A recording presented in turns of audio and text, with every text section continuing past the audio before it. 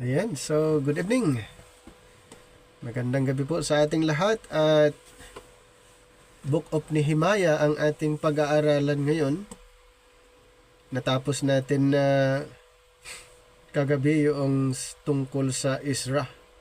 So dito po tayo sa Nehemiah at konting background lang in comparison. Yung Book of Ezra, ang Book of Ezra ay nakafocus doon sa rebuilding of the temple.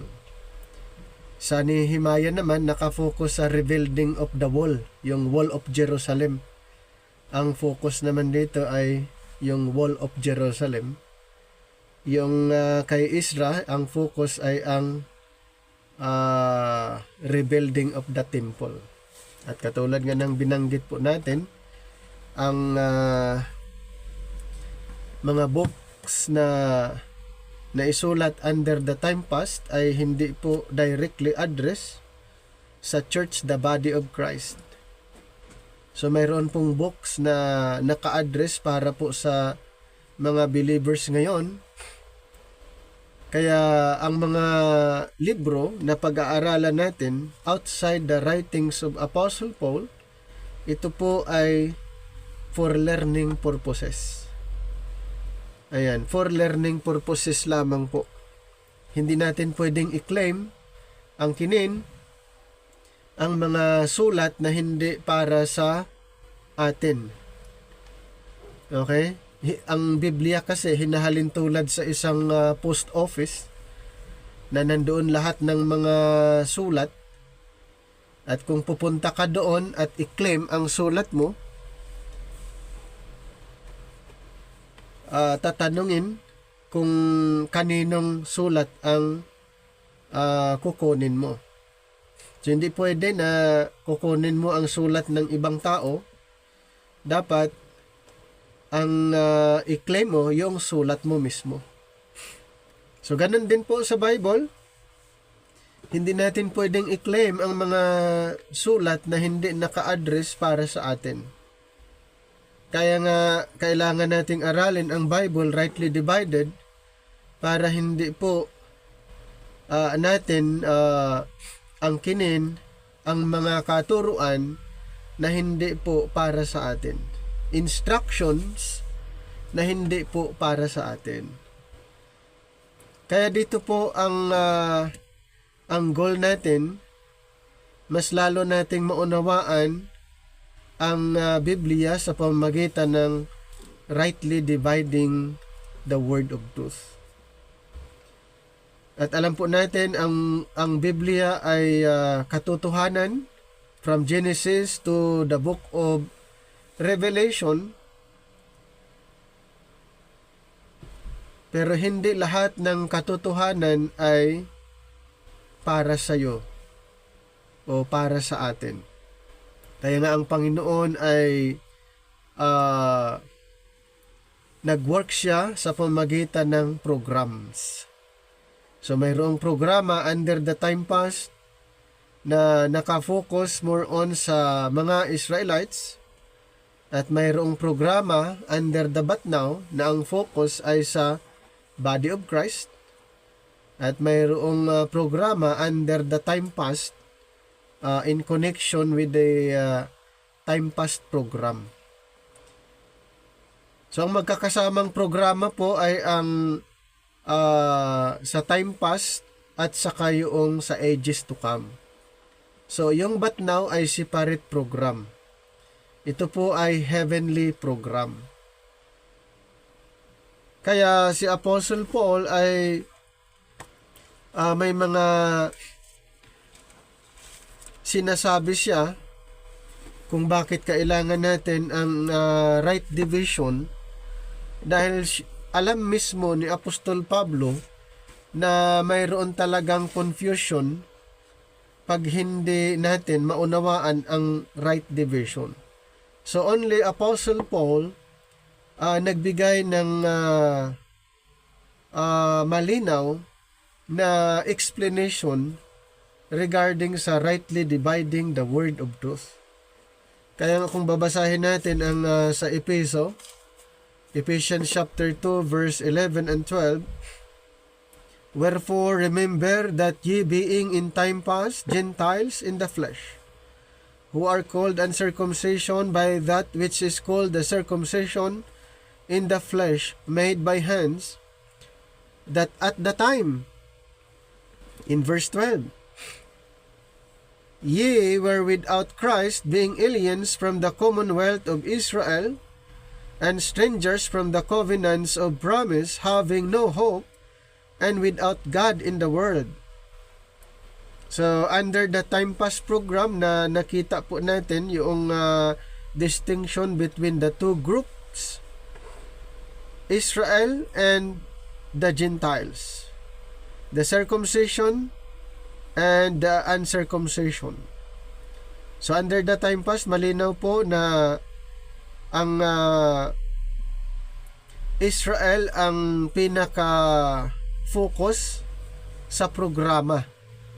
Sila po ay tinatawag chosen people, covenant people, peculiar people, royal priesthood. Ang mga Israelites under the time past. While the Gentiles, ano po yung description? We were without Christ, without God, no hope, aliens, strangers from the covenants of promise. Malinaw po, under the time pass program, ang mga Gentiles ay totally separate sa programa ng ating Panginoon.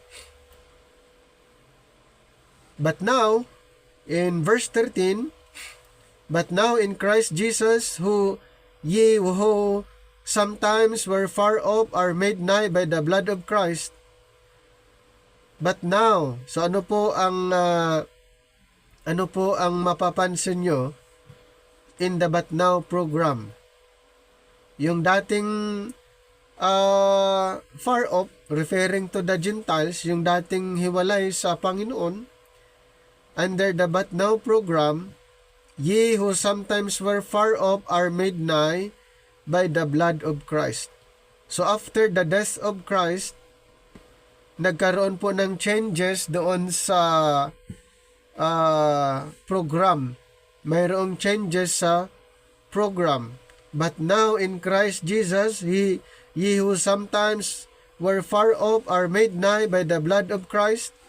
And then verse 14, for he is our peace, who hath made both one and hath broken down the middle wall of partition between us.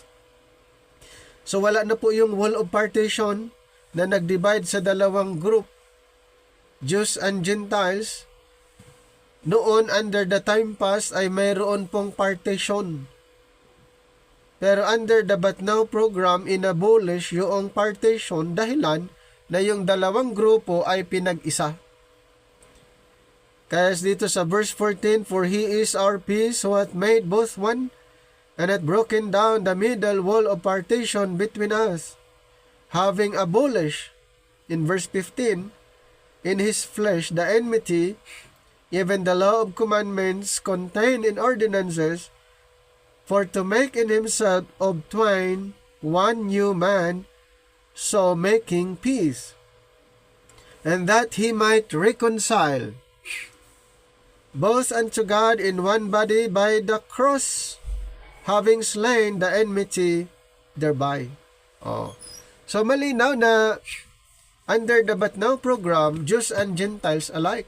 Wala na pong pagkakaiba, Israel and Gentiles under the But Now. Pero under the Time Pass program, malaki po ang pagkakaiba. Mayroong distinction between Israel and the Gentiles. Kaya kung wala itong But Now program, kung wala itong dispensation of grace, kung hindi ito na-revealed, ang focus ng Panginoon ay sa Israel pa rin. Ang focus pa rin ng Panginoon, ang pinaka-primary focus niya, ay ang mga Israelites. Kaya dito po na kailangang makita natin na mayroong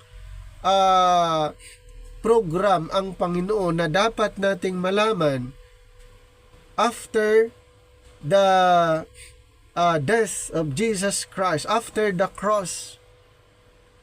nung inireveal ng ating Panginoon ang kanyang heavenly ministry kay Apostol Pablo, mayroon pong changes sa program at changes sa Ebanghelyo. Kaya sabi niya dito sa 14, and hath broken down the middle wall of partition between us, and having abolished in his flesh the enmity, even the law of commandments contained in ordinances, for to make in himself of twain one new man. Kaya under this present dispensation, Jews and Gentiles alike. Romans chapter 10 verse 12, for there is no difference between the Jew and the Greek. Wala nang pagkakaiba. Yung mga Hudyo at saka yung mga Griego, mga Hintel, under this present dispensation. Pero noon, during the time of Jesus Christ, meron pong distinction. Kaya nga ang mission ng ating Panginoon, nung hindi pa na-revealed ang dispensation of grace, ang kanyang mission ay sa Israel. Basahin natin yung Mateo 15:24. But he answered and said, I am not sent but unto the lost sheep of the house of Israel. So yun yung respond ng ating Panginoon. Sa madaling salita, ang kanyang pinaka-focus ay ang mga Israelites. At maging ang mga 12 apostol, bago inirevealed ang dispensation of grace, ang mga apostol ay inutusan din ng ating Panginoon sa Matthew 10:5 to number 6, this 12. Jesus sent forth and commanded them, saying, Go not into the way of the Gentiles, and into any city of the Samaritans enter ye not, but go rather to the lost sheep of the house of Israel. So tandaan natin, bago inirevealed ang dispensation of grace, ang focus ng ating Panginoon sa Israel, maging ang mga apostol, ang kanilang focus sa mga Israel.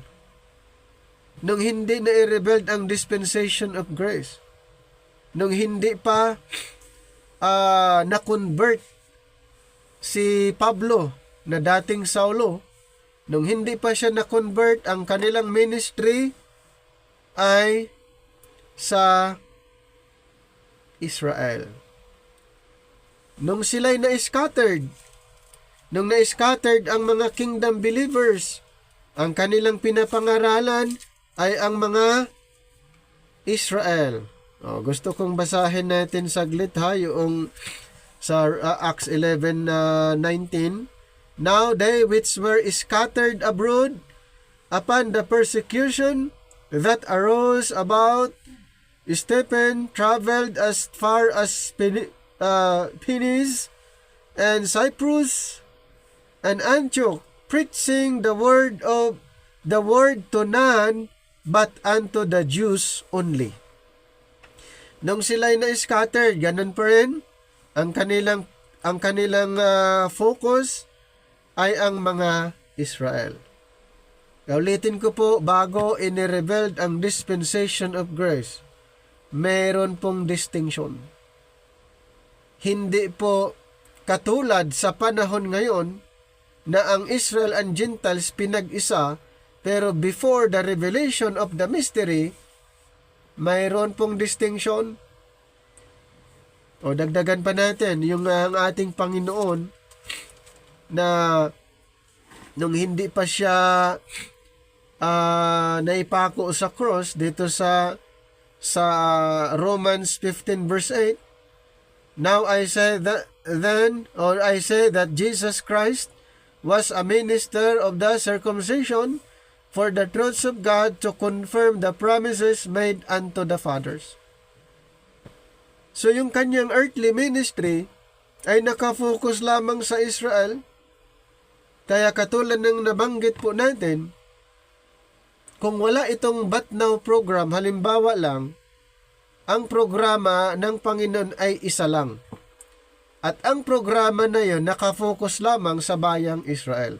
Kaya nga mapapansin nyo sa ating book by book from Genesis at ngayon andito tayo sa Nehemiah, napapansin nyo po more on nakafocus sa Israel. More on nakafocus lang sa kanila. Kaya kung wala itong dispensation of grace na inirebuild ng ating Panginoon kay Apostol Pablo, ang programa ng Panginoon ay sa Israel lang. Nakuha niyo yung point ko doon. Sa Israel lang. Kaya nga good news para sa atin, ang Panginoon ay pumili ng maging apostol para sa atin.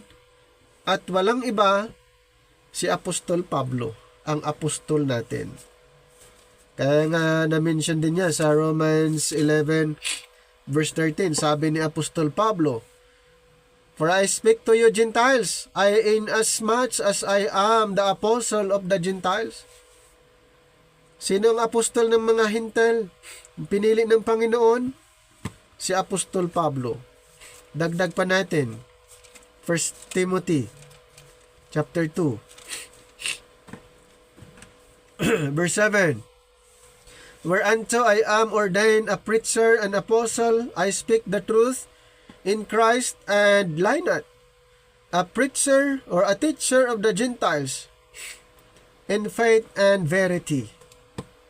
Another in 2 Timothy 1:11, "Whereunto I am appointed a preacher and apostle and teacher of the Gentiles." Sino po? Si Apostle Paul. Kaya ulitin ko po, bago tinawag si Apostol Pablo na maging apostol para sa atin, ang programa ng Panginoon ay sa Israel. Nung tinawag si Apostol Pablo na maging apostol, preacher, teacher para sa atin, at sa kanya ipinagkaloob ang mensahe ng grace, dito po tayo bahagi sa programa. Kaya, kung bakit kailangan nating i-rightly divide, para naman hindi natin angkinin yung sulat hindi para sa atin. Matthew, Mark, Luke, and John, sulat po yan para sa mga Israelites. Wag po nating angkinin na yun din ay sulat para sa atin. Genesis to Malakay, ganun din po. Hebrews to Revelation, yun ay sulat para sa mga Israelites. Ang sulat po na naka-direct address para sa atin, yung 13 epistles, sinulat ni Apostol Pablo para sa church, the body of Christ. Ang instruction po ng mga believers ngayon matatagpuan lamang sa writings ni Apostle Paul, wala doon sa Matthew, Mark, Luke, and John. O sasabihin na, ay hindi, ang Panginoong Hesus ang nagsalita doon. Tama naman. Wala namang arguments doon. Si Kristo naman talagang nagsasalita. Pero, ang dapat nating alamin, sino yung kausap niya. Hindi problema na si Kristo yung nagsasalita. Ang may problem doon, sino yung kausap? Ang kausap ba ng ating Panginoon nung siya'y dumating ang church, the body of Christ? Hindi. Yung mga kingdom believers, mga Israelites and mga apostles that time. Kaya nga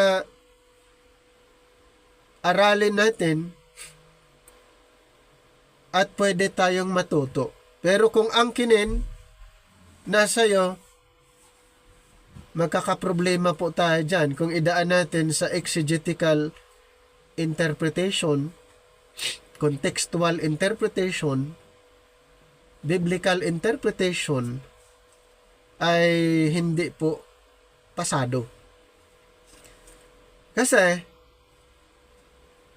kung i-apply mo yung exegetical interpretation, ay hindi ka na hindi ka na pasado. Kasi ang basic question diyan, kailan ba isinulat ang Book of Mateo? At sino ba yung nagsasalita?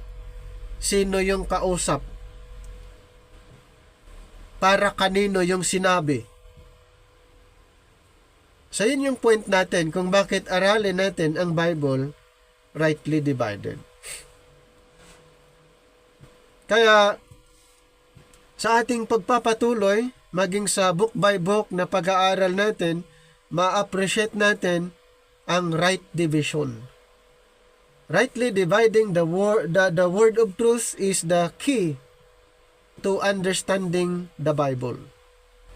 Yan po ang actually ang point natin, ang pinaka-goal natin, bakit natin aralin ang buong Bible sa pamamagitan ng book by book para makita natin ang programa ng Panginoon. So yan yung isa sa mga dapat nating ma-recognize sa pag-aaral natin. At ngayon dito tayo sa Book of Nehemiah. Katulad ng binanggit po natin, ang Book of Nehemiah, ito na may nakafocus sa rebuilding of the walls o walls of Jerusalem. Bakit i-rebuild yung walls ng Jerusalem? Sinira ni King Nebuchadnezzar. Yung sa Book of Ezra nakafocus sa rebuilding of the temple. Bakit i-rebuild yung temple? Sinira din ni King Nebuchadnezzar. So yun po ang goal natin dito. So Nehemiah's first administration in chapters 1 to 12. Nehemiah's response to the situation in Jerusalem. In chapter 1, the news of the flight of Jerusalem in chapter 1, 1 to 4. Nehemiah's prayer, chapter 1, verses 5 to 11. Nehemiah's journey to Jerusalem in chapter 2, 1 to 10. And then the king's permission in chapter 2, verses 1 to 8. The journey itself in chapter 2, verses 9 to 10. And then chapter 2, 11 to 20, Nehemiah's first actions upon arrival. And chapter 2, verses 11 to 16, his nocturnal inspection of the walls. In chapter 2, 17, 18, his exhortation to rebuild. Ito sa wall ito ang i-rebuild. His exhortation to rebuild the walls of Jerusalem. And then in chapter 2, verses 19 to 20, his response to opposition. And then chapter 3, list of the builders of the wall. So, nandito po yung mga listahan ng mga builders. In chapter 3, verses 1 to 7, the northern section. In chapter 3, 8 to 13, the western section. Chapter 3, verse 14, the southern section. And chapter 3, 15 to 32, the eastern section. Pero sa chapter 4, mayroon pong opposition of the rebuilding. Opposition to the rebuilding the wall. And then chapter 4, verses 1 to 5, the rations of Sanballat and Tobiah. Chapter 4, 6 to 15, the threats of attack. And chapter 4, 16, 23, rebuilding the wall. And chapter 5, social and economic problems. In chapter 5, 1 to 5, the complaints of the poor. Chapter 5, 6 to 13, the cancellations of debts. In chapter 5, 14 to 19, Nehemiah's unselfish example. And chapter 6, the wall rebuilt despite opposition. Intindi po, kaya natagalan sila dito na pag-build ng wall dahil sa mga opposition. Nehemiah chapter 6, 1-9, attempts to snare Nehemiah. In chapter 6, 10-14, the hiring of false prophets. In chapter 6, 15-19, the completion of the wall. So more on nakafocus sa rebuilding of the wall ang Book of Jeremiah. Ulitin ko po, ang Book of Ezra nakafocus sa rebuilding of the temple. Magkakaiba po ha. Magkakaiba po ang focus sa Ezra and then yung focus sa Book of Nehemiah. Dagdag natin yung chapter 7, 1-7. List of exiles. In chapter 7, 1-3, provisions for the protection of Jerusalem. And chapter 7, 4-5, Nehemiah's discovery of the list of returnees. So ito pong mga list of exiles, ito po yung mga from the exile, ay mayroon po silang list. Doon saan ba sila galing? Galing po sila sa Jerusalem. I mean sa Babylon. Back to Jerusalem. So mayroong list of returnees in chapter 7, 4-5. In chapter 7, 6-7, the returnees delineated. Chapter 7 to verse 7, the settlements of the exiles. Or 73. Chapter 7, 73, and then Ezra preaching and the outbreak of revival. Chapter 7, 73, and then 10-39. And then pagdating sa chapter 7, 73, and chapter 8, 12, the public exposition of the scriptures. So the Feast of Tabernacles in chapter 8, 13, 18. Mababasa niyo po yung Feast of the Tabernacles. Chapter 9, 1-5, a day of fasting, confession, and prayer. Chapter 9, 5-31, recital of God's dealings with Israel. In chapter 9, 32-37, confession of sins. In chapter 9, 38, binding agreement. Chapter 10, 1-29, a list of those who sealed it. Chapter 10, 30-39, provisions of the agreement. Yan po, makikita niyo po yung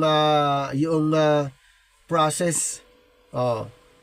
Kung paano gagawin, yung paano i-rebuild yung walls, at marami pong mga proseso bago nila gagawin ang pag-build. Chapter 11, new residents of Judah and Jerusalem. Chapter 11, 1-24, new residents for Jerusalem. Chapter 11, bakit new? Ito nga yung mga galing sa exile. Sila yung mga bago ng resident kasi hindi na sila hindi pa sila nakapanirahan dyan kasi nga naalipin nga sila ng 70 years. Kumbaga bagong henerasyon na po yung pupunta sa Jerusalem, kaya panibagong residents naman, bagong henerasyon.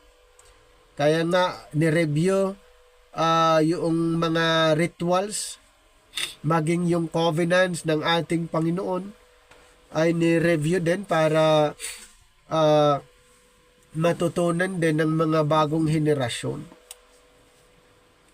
In chapter 11, 4-6, residents from Judah, and then chapter 11, 7-9 from Benjamin. Chapter 11, 10-14 from the priests. Chapter 11, 15-18 from the Levites. And chapter 11, 19-24 from the temple staff. Chapter 11, 25, 36, new residence for Judah. Chapter 11, 25 to 30, places settled by those from Judah. And then chapter 11, 31 to 35, places settled by those from Benjamin. In chapter 11, 36, transfer of Levites from Judah to Benjamin. How about in chapter 12, list of priests and the dedications of the wall. And in chapter 12, 1 to 9, priests and Levites from the first return. Chapter 12, 10 to 26, high priest and Levites since Joachim. And then chapter 12, 27 to 43, dedications of the wall of Jerusalem. And chapter 12, 44, 47, regulation of the temple, offerings and services. So ang ano no, yung rebuilding talagang ang dami nilang gagawin, mga dapat i-consider habang i-rebuild nila yung walls or wall of Jerusalem. So Nehemiah's second administration in chapter 13, chapter 13, 1 to 5, abuses during his absence. And chapter 13, 1 to 3, mixed marriages. And then chapter 13, 4 to 5, Tobias' occupations of the temple quarters. In chapter 13, 6 to 9, Nehemiah's return.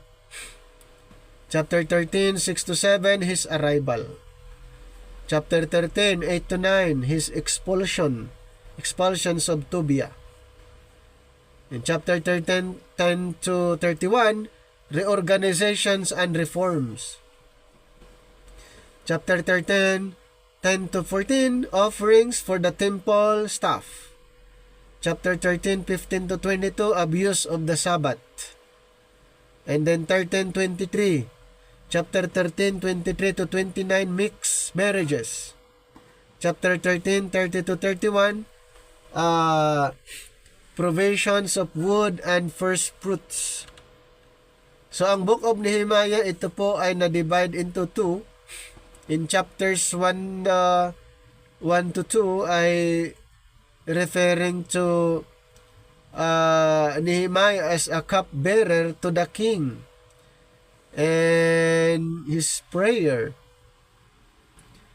And then in chapter 2 to chapter 6 naman ay patungkol na sa mga builder of the wall. Ayan. Then 7 to 13, pinag-usapan nito yung governor of the people. Like for example, dito sa chapter 7, chapter 8, ayan, the scripture found, read, and explained. Then, lives changed in chapter 8. The nation confronted and cleansed in chapter 13. So ano yung leadership sa first part? Leadership of a man. And the second part, the revival of a nation. So bakit i-revive? Merong revival. Siyempre, kasi nga ito ay kailangan dahil hindi pa sila totally oriented kung ano ang dapat nilang gagawin doon sa Jerusalem. Nehemiah, reconstruction of the city. Reconstruction of the city. So, ganun po yung focus dito po sa Nehemiah. So, when we talk about the author, though some believe that Nehemiah wrote the book of Nehemiah because of the words of Nehemiah, the son of Hakaliah, in chapter 1, verse 1. Many believe the evidence suggests that Ezra is the author of Nehemiah and used Nehemiah's memoirs and first-hand accounts as though quoting Nehemiah. So on the other hand, many scholars believe that Nehemiah authored the book that bears his name, since much of the book is presented as first-person account of the circumstances surrounding his return to Jerusalem in chapter 1 to chapter 7, chapter 12, 31 to chapter 13, verse 31. Also, in view of the similarities of second chapter 2 and the Nehemiah 1 wonders why the same author would repeat the same material in one volume. Kaya katulad ng na-mention po natin ay sa original ang Ezra and Nehemiah ay ginawang one book, but later on sa modern ay na-divide. Okay, na kumbaga isiniparate ang Ezra and Nehemiah, pero parehas na nakafocus sa rebuilding. Dahil itong Ezra and Nehemiah ay after the exile na po kasi ito. Kaya more on rebuilding ang focus ng dalawang book na ito, ni Ezra and Nehemiah.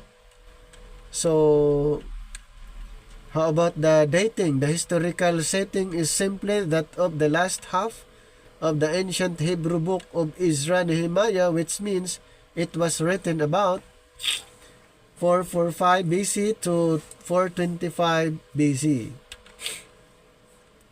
And then the title of the book, though originally one book, so na-mention natin, originally one book, the last half of that book draws its name from the prominence of Nehemiah, contemporary of Ezra, in cupbearer to the king of Persia.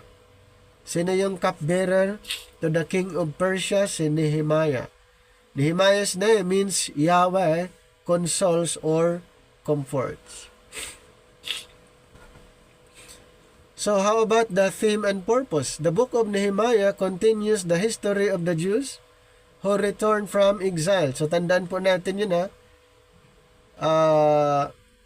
yung continuation lang po, yung history ng mga Hudyo na bumalik from exile. At tandaan po natin, ito'y napakahalaga na maunawaan nyo po, kasi pag ipaliwanag nyo yung Daniel 70 weeks prophecy, kailangang alam nyo po yung alam nyo yung Ezra and Nehemiah, maging ang Chronicles. Kasi doon po ang starting ng counting ng Daniel 70 weeks. Mag-start po kayo, magbilang doon sa rebuilding of the temple, rebuilding of the walls of Jerusalem, and even the streets. Yun po yung kailangan alam nyo yung background para makompute nyo po ang Daniel 70 weeks prophecy. Pag hindi nyo maunawaan, mahirapan kayo na i-compute or alamin yung Daniel's 70 weeks prophecy. Kaya ito laging nababanggit ito, yung rebuilding sa Chronicles, sa Ezra, and even Nehemiah. Bakit mayroong rebuilding of the walls, rebuilding of the temples, rebuilding of the streets of Jerusalem? Yan po ang nangyari. Sino po ang gumawa? Sino po ang nag-destroyed o nagsira ng temple, ng walls of Jerusalem, ng streets of Jerusalem? Sinira ng King of Babylon. Sinira ni King Nebuchadnezzar. Kaya, Book of Nehemiah continues the history of the Jews who returned from exile. Nehemiah gave up his position as cupbearer to Artaxerxes. the Persian king.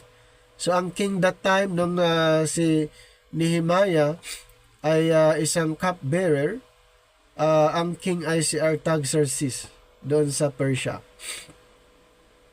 To become governor of Jerusalem and lead the people in repairing the city walls. So from the cupbearer, ang kanyang position ay cupbearer to the king and naging siya, governor of Jerusalem and lead the people in repairing the city walls. So yun niya yung ginawa ni Nehemiah. Siya na yung nangunguna para i-repair, i-restore ang walls of Jerusalem. Ezra and Nehemiah were contemporaries kasi more on rebuilding nga in Nehemiah chapter 8 verse 2 and verse 9. Were both men of God but served Yahweh in different capacities. While Ezra was a priest and involved more with the religious restoration of returning remnant. Na-mention natin nung inaral natin ang Book of Ezra, doon siya nakafocus sa temple. Kasi siya ay isang priest.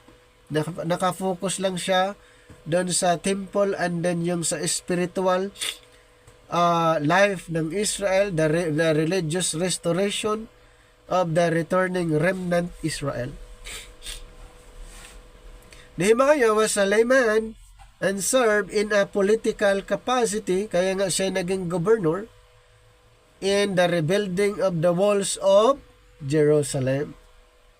Magkakaiba po ang kanilang estado. Kahit ang magkapares lang sila doon sa layunin i-rebuild, magkaroon ng rebuilding, pero sa estado magkaiba dahil si Nehemiah more on siya doon sa government.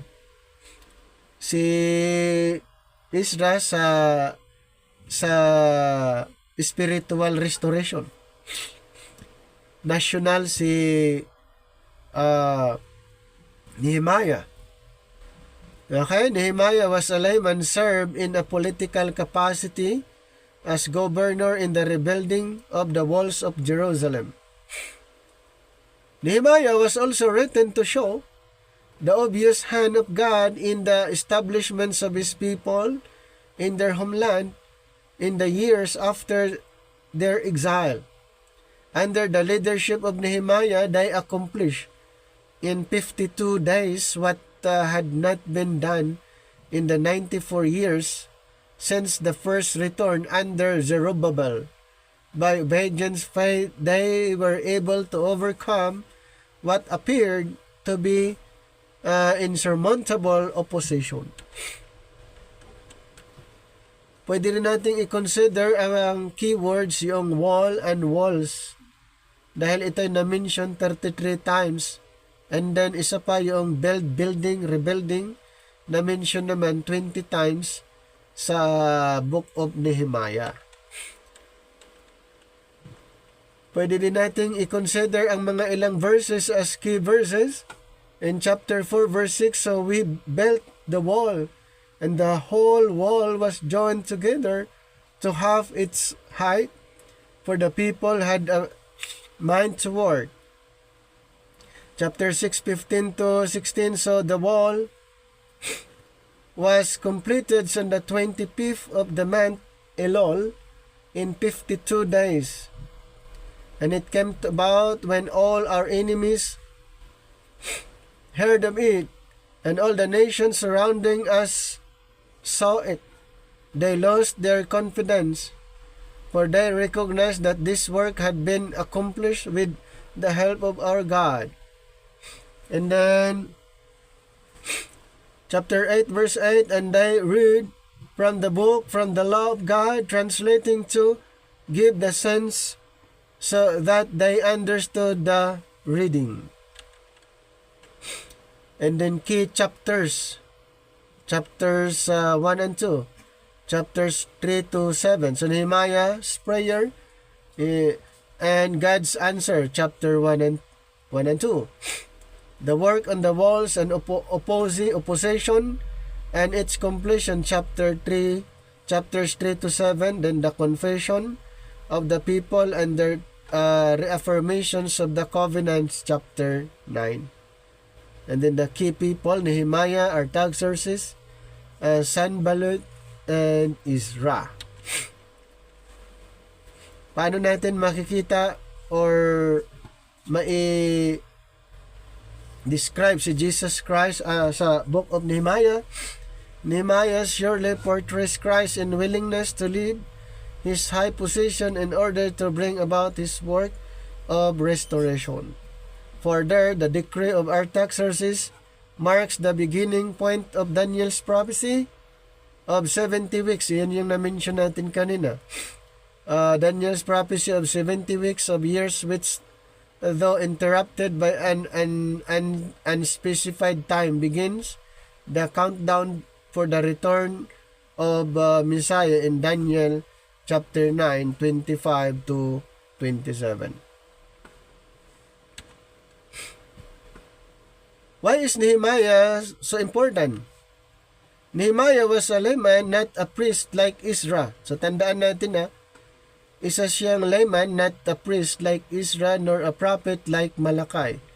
Si Nehemiah, hindi siya priest, hindi rin siya propeta.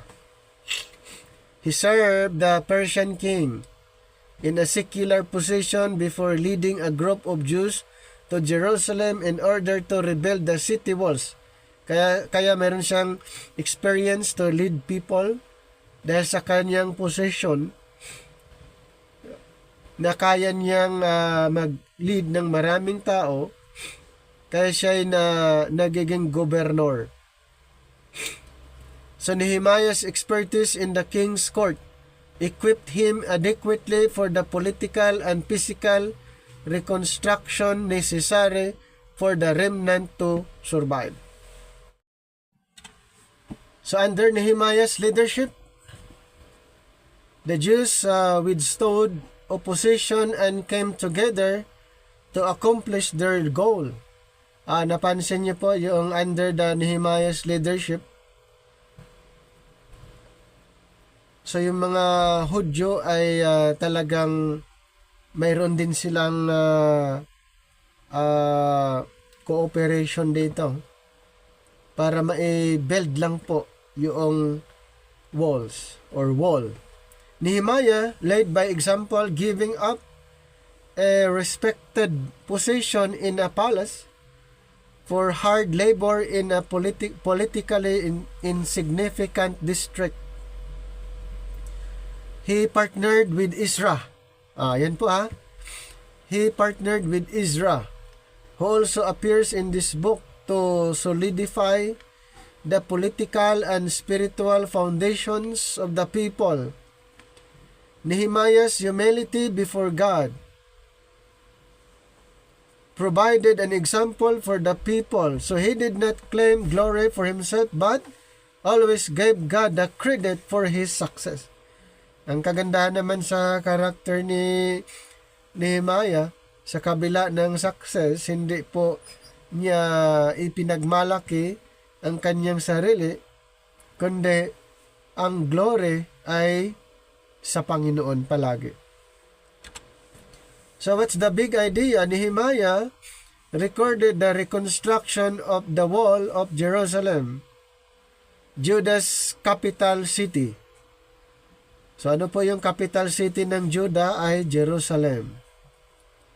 Together, he and Ezra, who led the spiritual revival of the people. So magpartner na itong si Ezra and Nehemiah para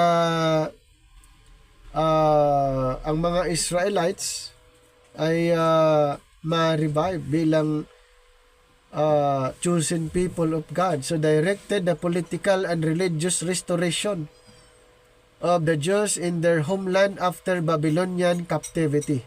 So sila pong dalawa ang in charge para ma-restored ang Israel doon sa kanilang lupain after the Babylonian captivity. Nehemiah's life provides a fine study on leadership. He overcame opposition from outsiders as well as internal turmoil. He exercised his administrative skills in his strategy to use half the people for building while the other half kept watch for the Samaritans who under Sanballat's threatened attack. So ang ginawa niya dito, mayroon siyang strategy sa Nehemiah chapter 4:7. Hindi lahat nag-work. Hinati niya.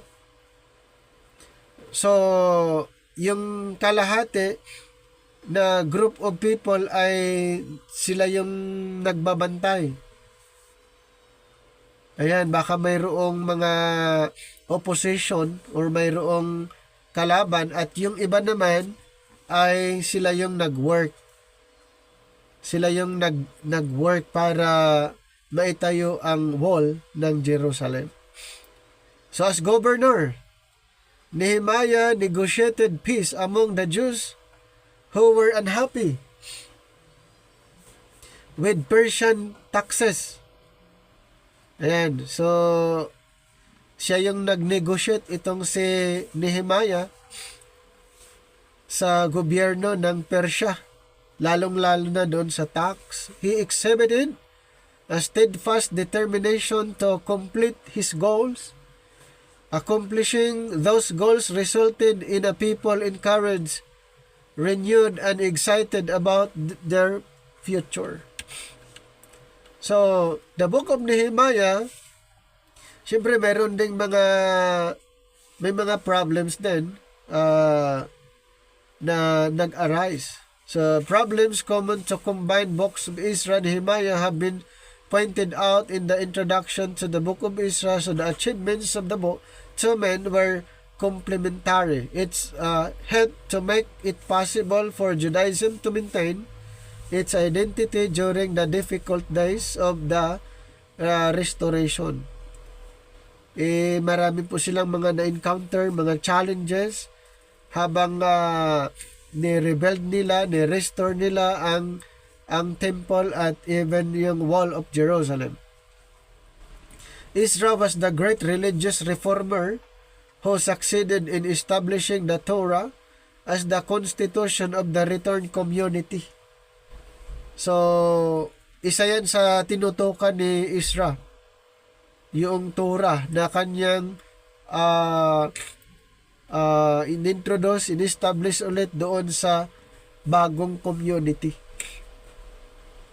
Nehemiah, governor of the province of Judah, was the man of action who rebuilt the walls of Jerusalem and introduced necessary administrative reforms. Ayan. Nehemiah is governor of the province of Judah, kaya siya yung tao na mayroong goal, kaya tawag sa kanya goal-oriented.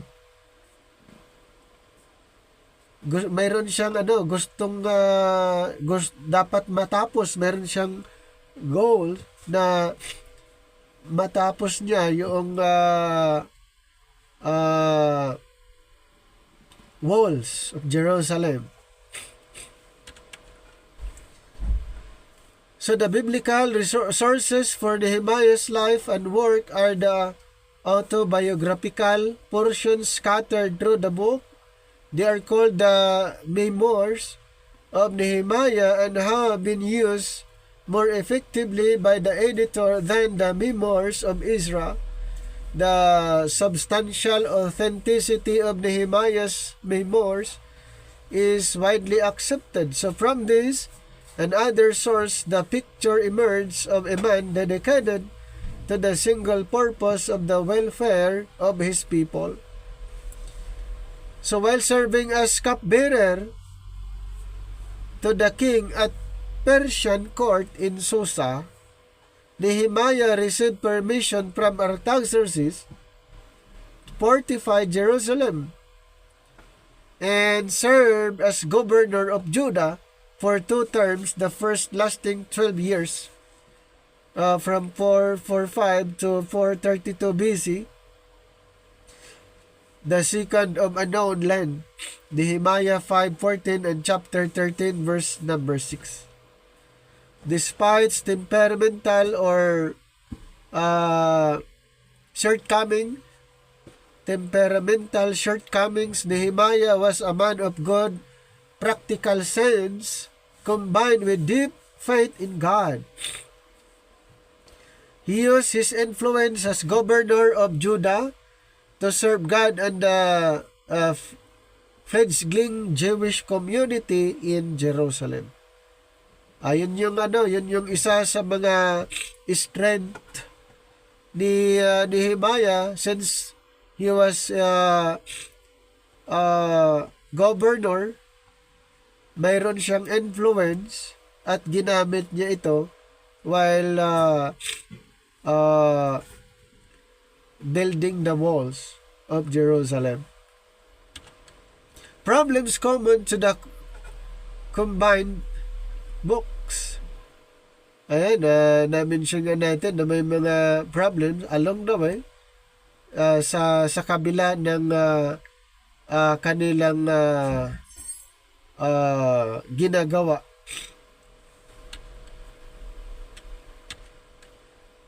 So,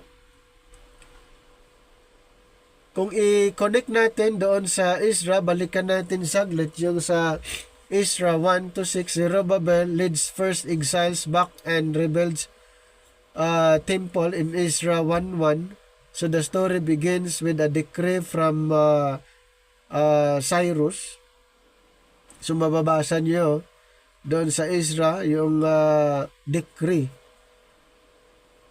Okay, yung decree from Cyrus to rebuild the temple. And then the king of Persia, who is moved by God to allow the exiles to return to Jerusalem and rebuild the temple. So yun po yung na-mention natin sa pamagitan ng ni King Cyrus, yung mga Israel na na-captive sa Babylon, pinabalik, at ang purpose para i-rebuild yung templo. The author says that this fulfills a promise made by the prophet Jeremiah 25, that the exiles would one day return. So now this fulfillment should trigger our hopes in many other prophetic promises that Israel's exile was not the end of their story. So the reader should recall the prophetic hopes for a messianic king from the line of David according to Isaiah 11 and Hosea chapter 3.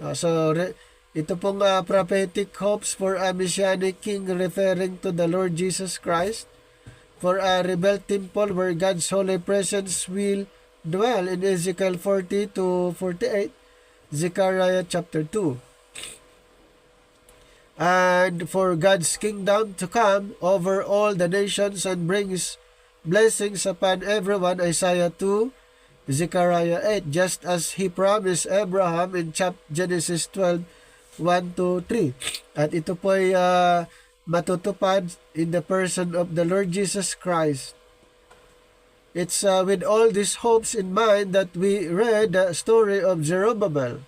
His name means planted in Babylon. He represents the generation born in Babylonian captivity, Ezra 1:2, and he leads a wave of people back to Jerusalem. After they settle in Jerusalem, they rebuild the altar for offering sacrifices and later the temple itself. Ganun po yung kanilang ginagawa nung sila po'y bumalik. Ayan, gini-rebuild nila yung altar, yung mga offering sacrifices, then later on yung temple. The foundation laying ceremony is Ezra 3.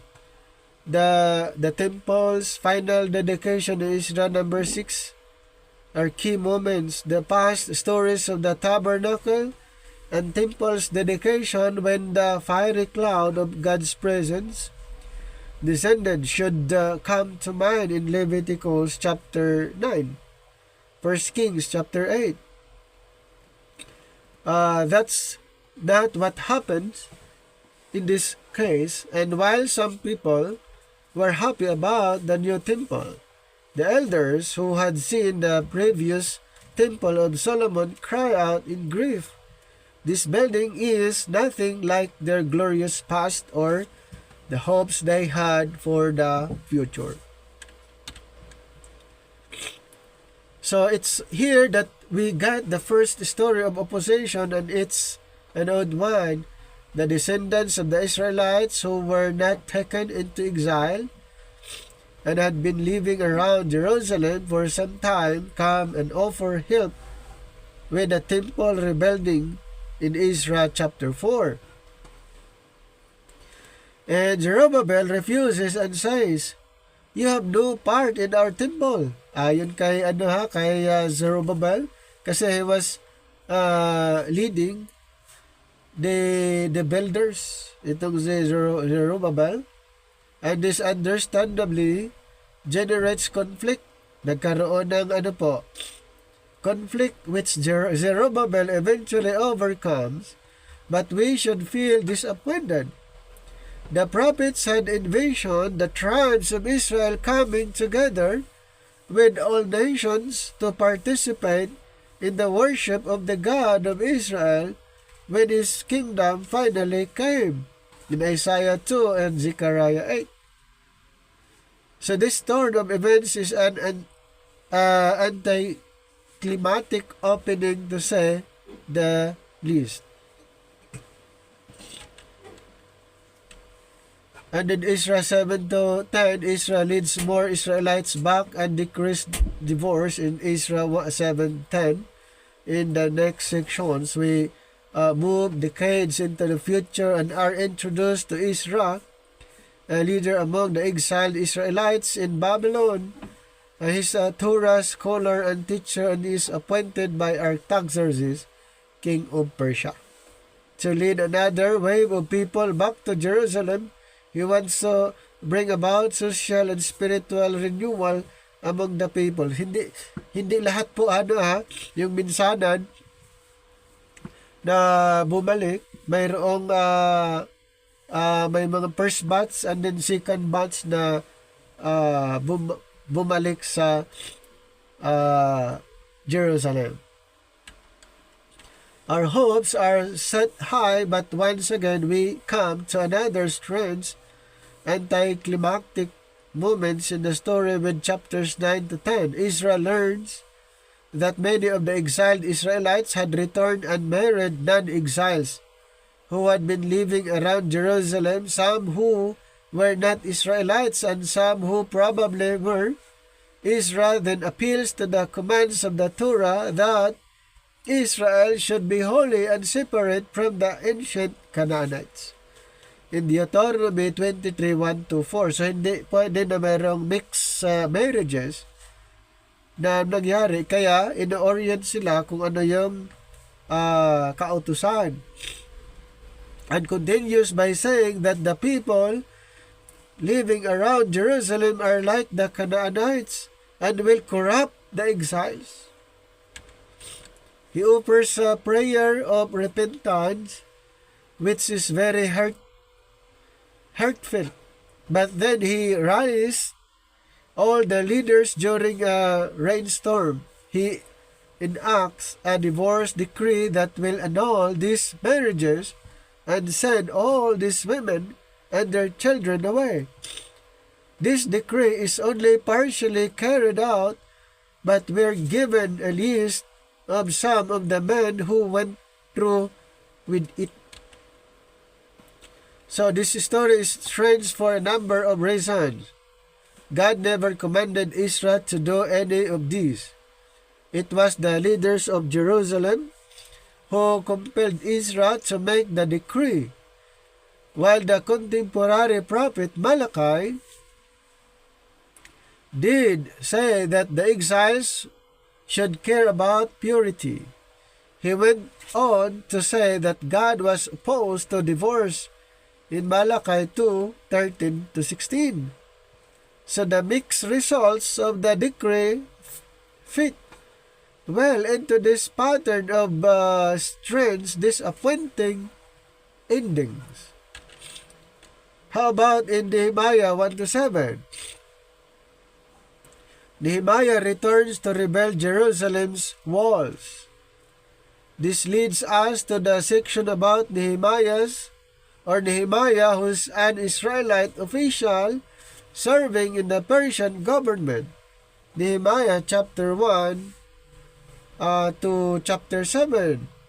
When he hears about the ruined state of Jerusalem's walls, he prays and is given permission from the Persian king Artaxerxes to go and rebuild the walls. So mayroong permission itong si Nehemiah para i-rebuild yung walls of Jerusalem. So the king even gives him an armed escort and extra resources. So supportive yung king, yung Persian king, si Artaxerxes, nung inalaw na i-rebuild yung walls of Jerusalem, binigyan pa siya ng kasama, escort, and extra resources. After arriving and beginning the building project, he too faces opposition from the people who were already living around Jerusalem. We once again face a tension in the story.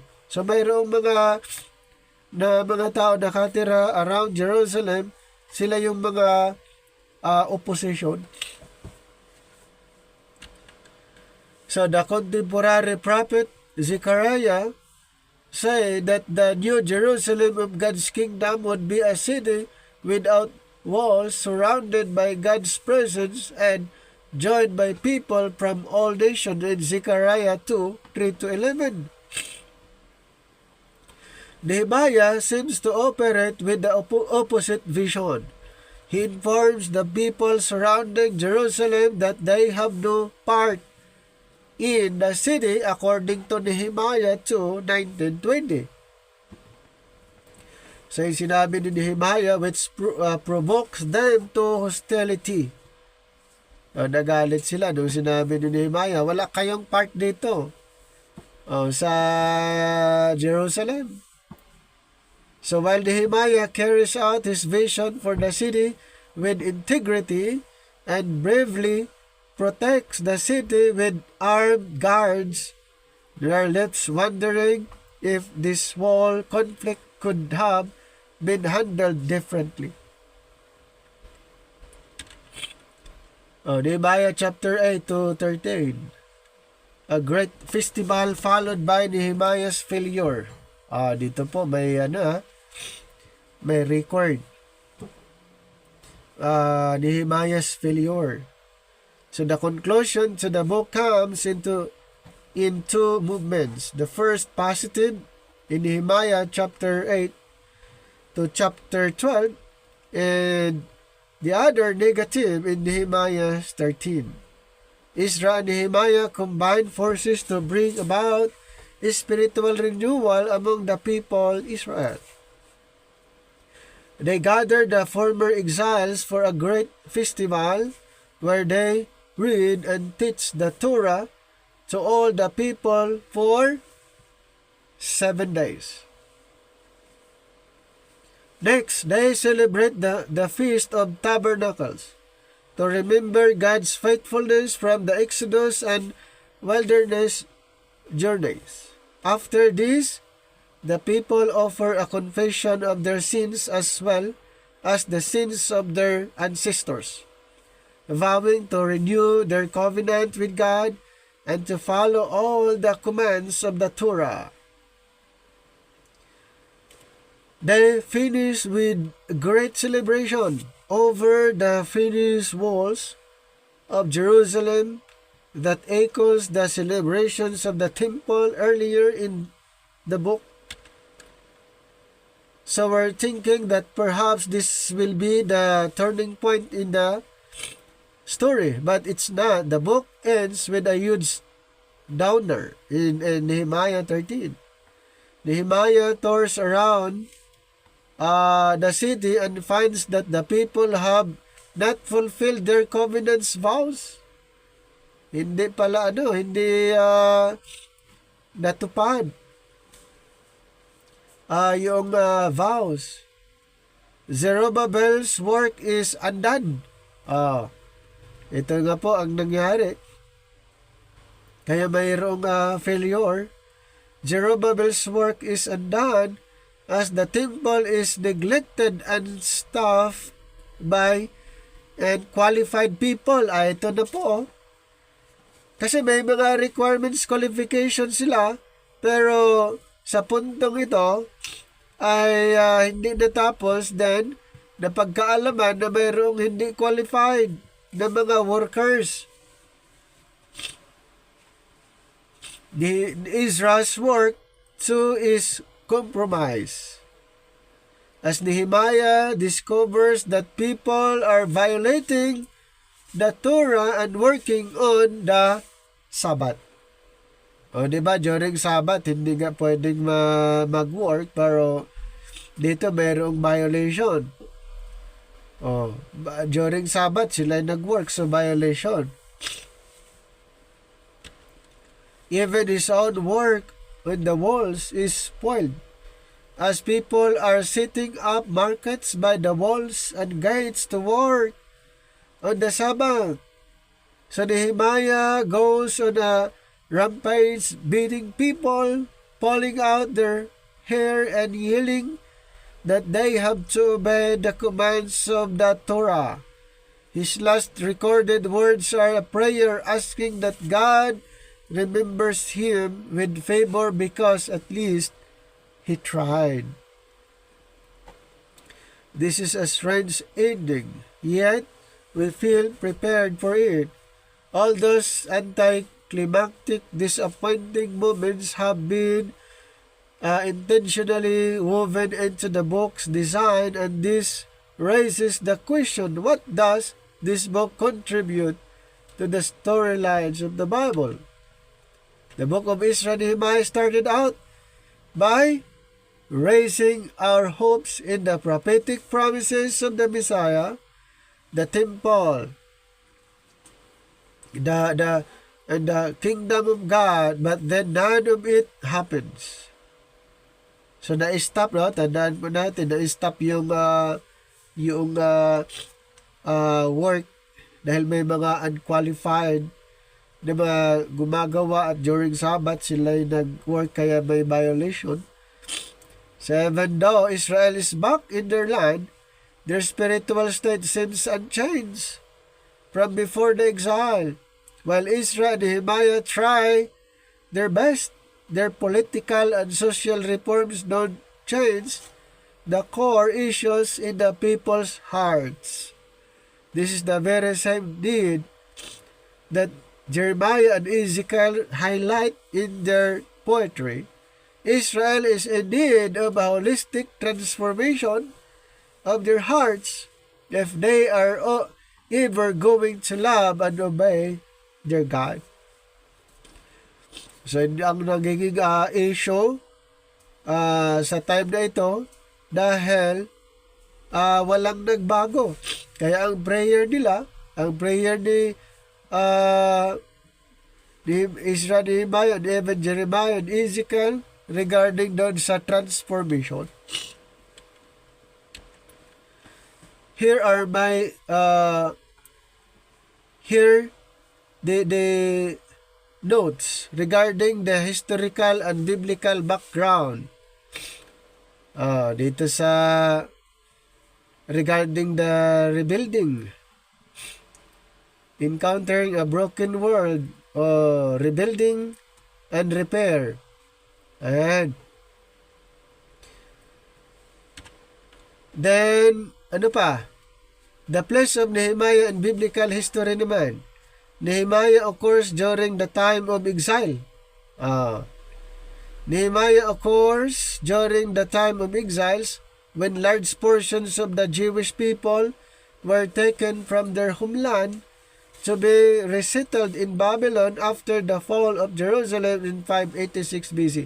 Ulitin ko po, mayroong mga Jewish doon sa Babylon. Kumbaga, nanirahan na sila doon at yung iba ay pinabalik, so hindi lahat. Kaya dito, scattered na nga sila eh. Mayroong iba nandun sa Babylon, yung iba pinabalik. Ayan. So the siege of Jerusalem resulted in the destruction of the temple as well as tearing down of huge portions of the wall around the city. Ayan. Nehemiah is likely the leader of the third of three exile. O, diba? Sa pangatlong exile, groups returning to Jerusalem.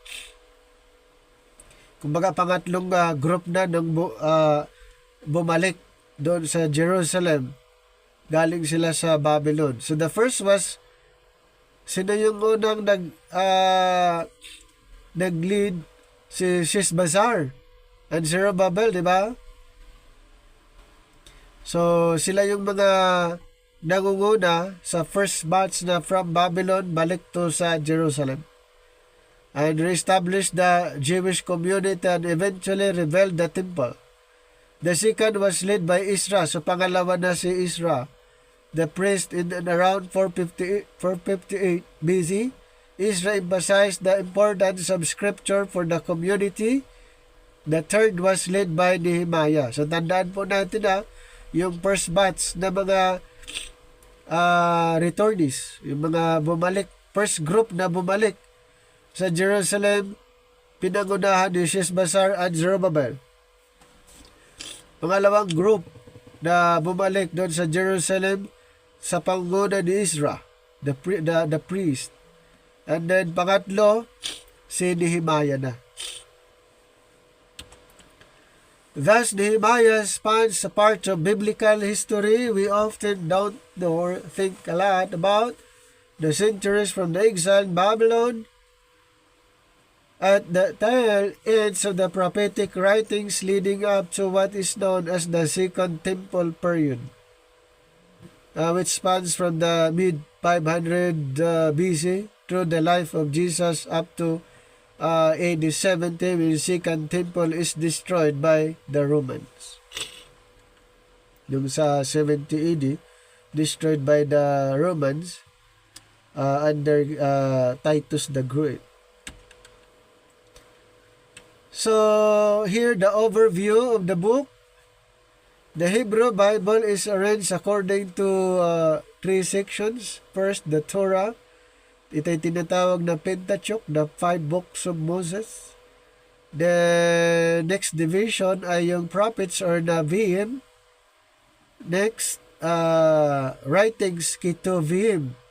This is where Nehemiah falls. However, the Old Testament in our English Christian Bible is arranged slightly different according to 4 major groups: the Torah, historical books from Judges through Esther, poetry, wisdom, literature like the Psalms and Proverbs, and then prophetic writings like Isaiah and Amos. Nehemiah is right near the ends of the historical books in our English Christian Bibles, just before Esther and right after Ezra. Ito yung sa arrangement na natin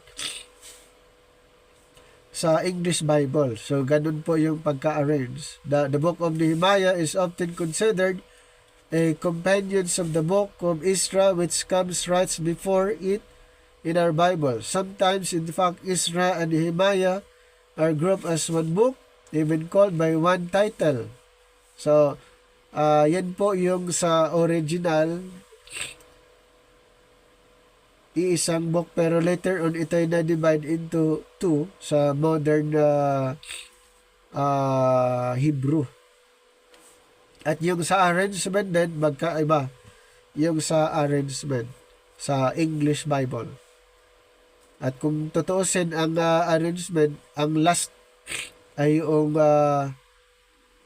yung Chronicles nga, kung tutuusin yung last na book.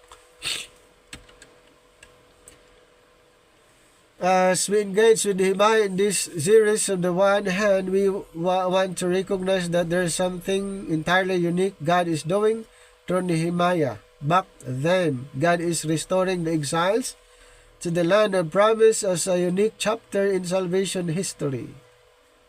The land is important and the story is important. Kaya alam naman natin yan, yung promise ng Panginoon. At kaya pinabalik sila sa Jerusalem.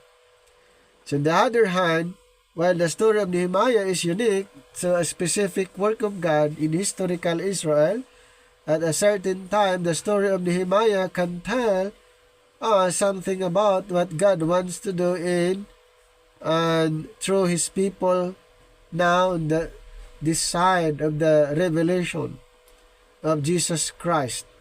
So ito po ay pointing to the Lord Jesus Christ. So ang purpose kasi doon kung bakit i-rebuild yung temple and even yung wall in preparation actually sa darating na Messiah.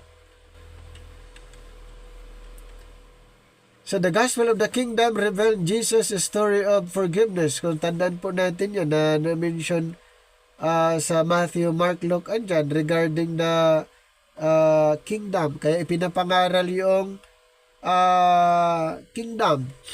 Okay, ipinapangaral po yung kingdom. Dahil nga, ang purpose kung bakit ni-rebelled yun, para sa darating na Mesias. So Nehemiah hears of Jerusalem's crisis condition some 1,000 years after the time of Moses and some 400 years before the birth of Jesus. The nation of Israel and the Jewish people were in a desperate state. Ayan. Kaya yun yung story dahil nga sa naranasan ng mga Israelites. Their nations were destroyed. First, the northern Jewish kingdom of Israel and then the southern Jewish kingdom of Judah. The city of Jerusalem was completely conquered by the Babylonians and the once glorious temple of Solomon was destroyed. Dahilan na ito'y kanilang i-rebelled after 70 years.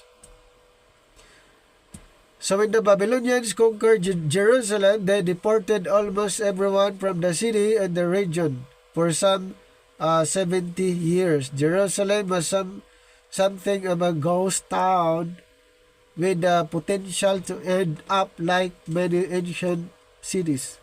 Meron mo yun 70 years na bakante o abandoned. Ang Jerusalem after 70 years, doon lang ulit nagkaroon ng population. Kasi pinabalik yung mga na-captured sa Babylon, itong mga Jewish. When the Jews were deported to Babylon, they began to make homes for themselves there. They settled down. Kumbaga, kung nandun na sila sa Babylon, doon na sila naninirahan. Yung mga Israelites, kumbaga, nagiging comfort zone na nila ang Babylon, kaya hindi lahat bumalik sa Jerusalem. Kasi yung iba, settled na sila doon. So they settled down and many still followed the God of their fathers, but they did eat from Babylon with no desire to return to the land God had promised to Abraham, Isaac, and Jacob. Some of these faithful Jews were raised up to places of prominence in the governments they were deported to. Daniel, Shadrach, Meshach, Abednego became leaders in Babylon. Esther was made queen in the courts of a Persian king. But after 70 years, of captivity in Babylon, they were given the opportunity to return to their homeland, the promised land. Out of some 2 or 3 million Jews deported from the land, only 50,000 decided to return to the promised land. So marami pa rin yung naiwan. Approximately 2% lang. They did return, and in the days of Israel, they rebuilt the temple and laid the spiritual foundation for Israel once again. So, during the time of Israel, Nehemiah, nagkaroon ng rebuilding. Pero yung unang group ay hindi sila nagkaroon ng opportunity to rebuild during the time of Israel and Nehemiah lang. So, the book of Nehemiah begins 15 years after the book of Ezra ends. Almost 100 years. After the years, or the first captives came back to the promised land, and some 150 years after the city of Jerusalem was destroyed. After this long time, the walls of the city of Jerusalem were still in rubble. Before this, the citizens of Jerusalem had tried to rebuild the walls but had failed. In Ezra 4:6-23, we see that some 75 years before, they tried to rebuild the walls but were stopped by their enemies. No one thought this obstacle could be overcome, so the walls lay in ruins and the people were still vulnerable. So, hindi talaga nakumpleto. Dahil maraming nag-try na i-build, pero may mga kalaban, i-stop sila at hindi natutuloy. Hindi na kumpleto yung pag-build sa walls. Yan. So, Nehemiah hears of Jerusalem's condition, the words of Nehemiah, the son of Hakaliah. It came to pass in the months of Chislev, in the 20th year, as was in Shoshan, the citadel, that Hanani, one of the brethren, came with men from Judah. And here, malalaman natin yung regarding sa mga nag-survive. Yung mga nag-survive. So the walls Jerusalem also broken down, and gates are burned with fire. So, ang dami po ng mga na-experience habang ginagawa ang walls. Jerusalem, ang dami po nilang mga experience, pero hindi talaga totally na kumpleto yung pag-build. Okay? Pero yun nga, ulitin ko po, ang focus dito sa Nehemiah ay rebuilding of the walls of Jerusalem. Kaya alam niyo po sa pagbabalik ng Panginoon, okay, sa pagbabalik ng Panginoon, siya maghahari 1,000 years. Ayan, sa bayang Israel in fulfillment doon sa prophecy. At siya na po ang maghahari magpakailanman, wala nang papalit pa sa kanya, pero ito po ay mangyayari lamang sa second coming. Pero yun talaga ang purpose kung bakit inirebuild yung temple and then yung walls of Jerusalem in preparation of the coming Messiah. Pero hindi totally na nabuo, na kumpleto dahil sa may mga opposition. Okay, so hanggang dito na lang ang ating pag-aaral tungkol po sa Nehemiah.